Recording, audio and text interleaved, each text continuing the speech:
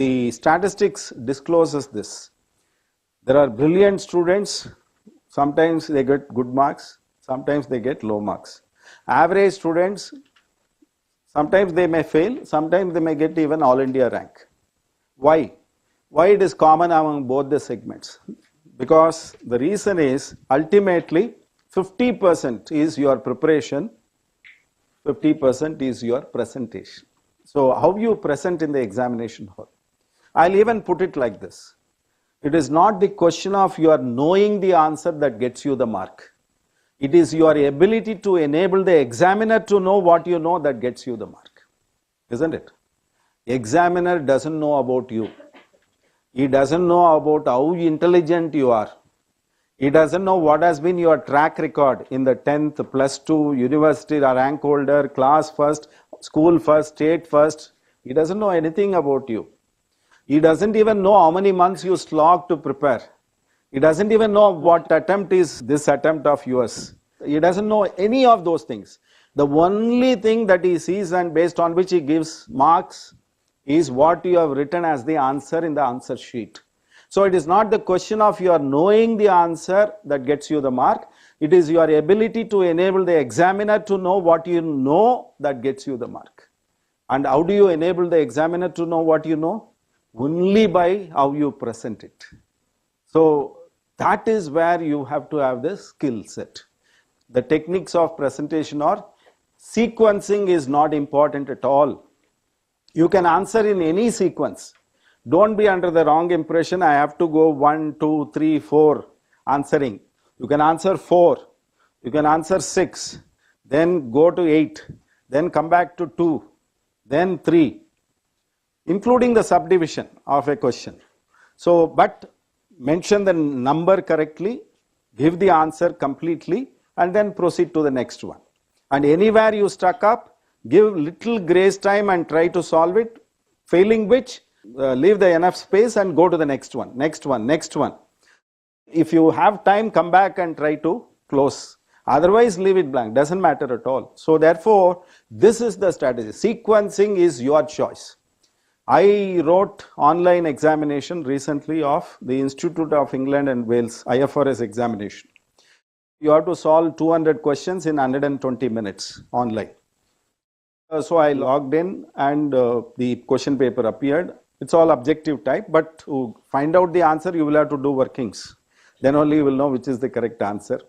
I adopted a strategy. These 200 questions, I'll segment into 3 compartments. First, I'll answer well-known, less time-consuming. First round. 1 to 200 I went through and kept on marking well-known, less time-consuming. So by that process, I answered some 60, 70 questions. Next round, again I started with 1. Said known but time-consuming, where I have to do the workings, but known. I know I can arrive at the answer. So I went through. I answered another 60, 70 questions. Now what is left? Balance. Whatever is left doesn't seem to be known, and I don't know. Once you don't know whether it is easy or difficult. So it is all uniform. Then I started breaking my head. Whatever is unanswered, I could answer another 10 or 20, and I was waiting for the result. I thought it will be nice if I fail, because with this experience I can score better in the next attempt, because any number of times you can attempt online. It's only within that time you will have to complete. That's it. So I was hoping, and 70% is the pass. But when the result came, it was 77%. So somehow I passed.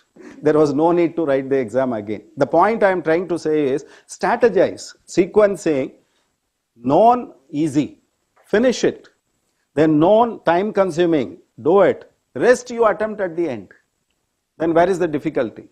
Sometimes what will happen, what you think as known and easy may become complicated as you are solving. That is where you have to adopt that strategy. Give some grace time and try to crack it. Otherwise, no sentiments attached. Keep moving.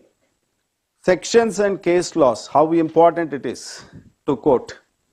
They are, in my view, ornamental.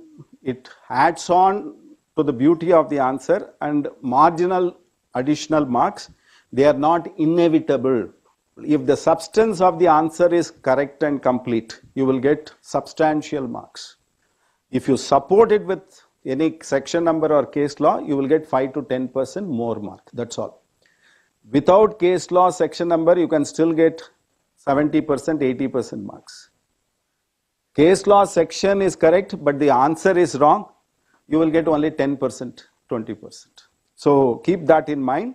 And let me tell you, if you follow all the methodology we have suggested in the last so many sessions, how to approach, how to prepare, how to improve your memory power, how to tap the potential within you, you will remember certain sections which are very important.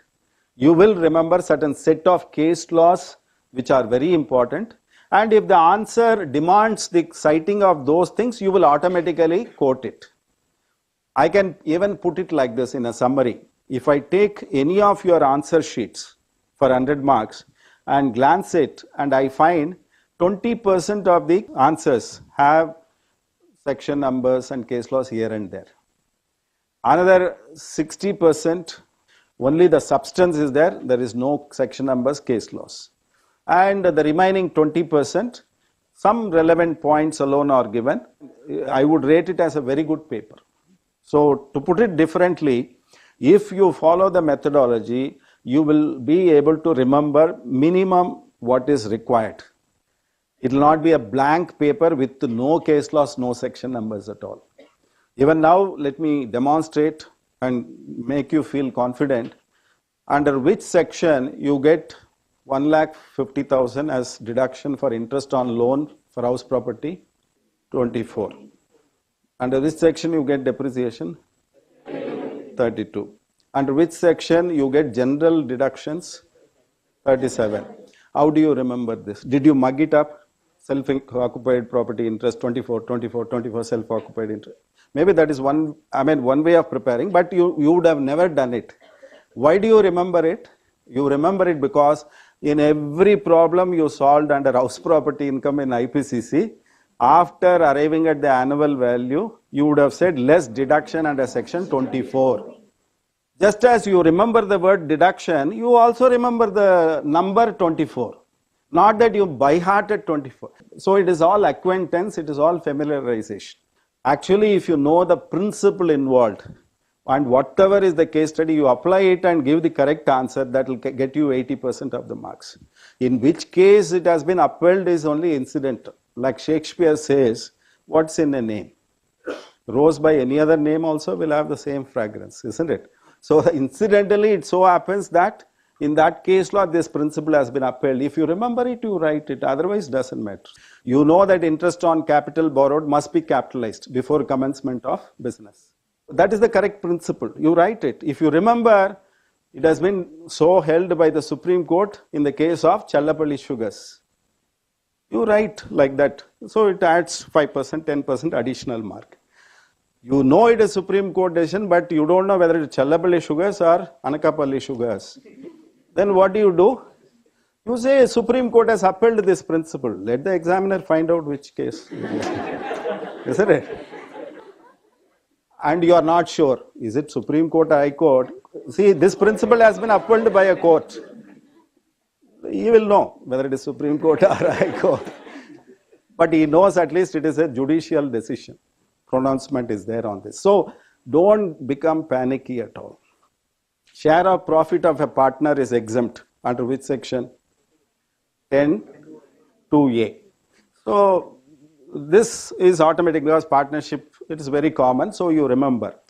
40B allows interest and salary, but share of profit is exempt under 10(2)(a).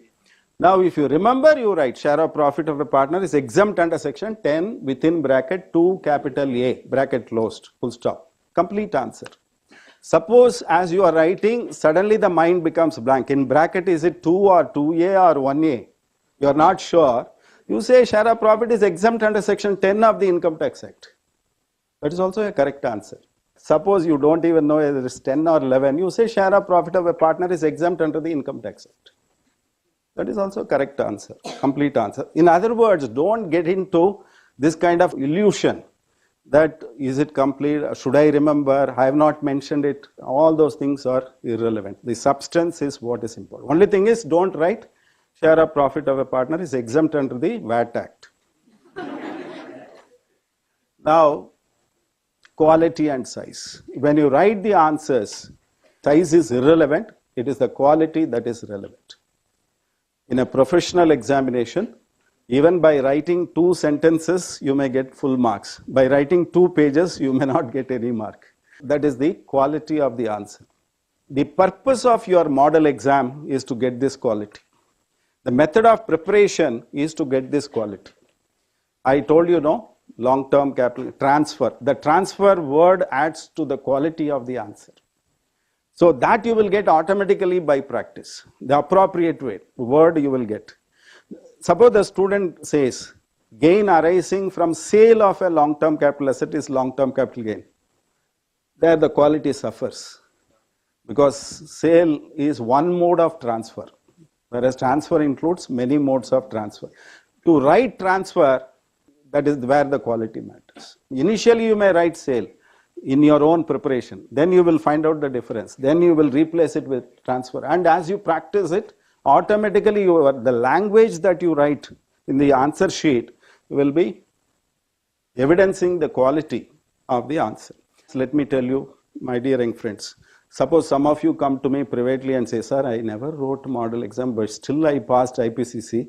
For final, do you insist I should write model exam? My answer will be, I'm not saying without writing model exam, you will not pass. I'm not saying that.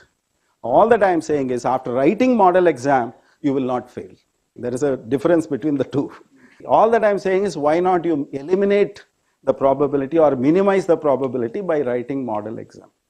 If you write model exam, you will get clarity, you will get quality, you will get relevancy, you will get legibility, and you will know what size of the answer meets with the marks that are given.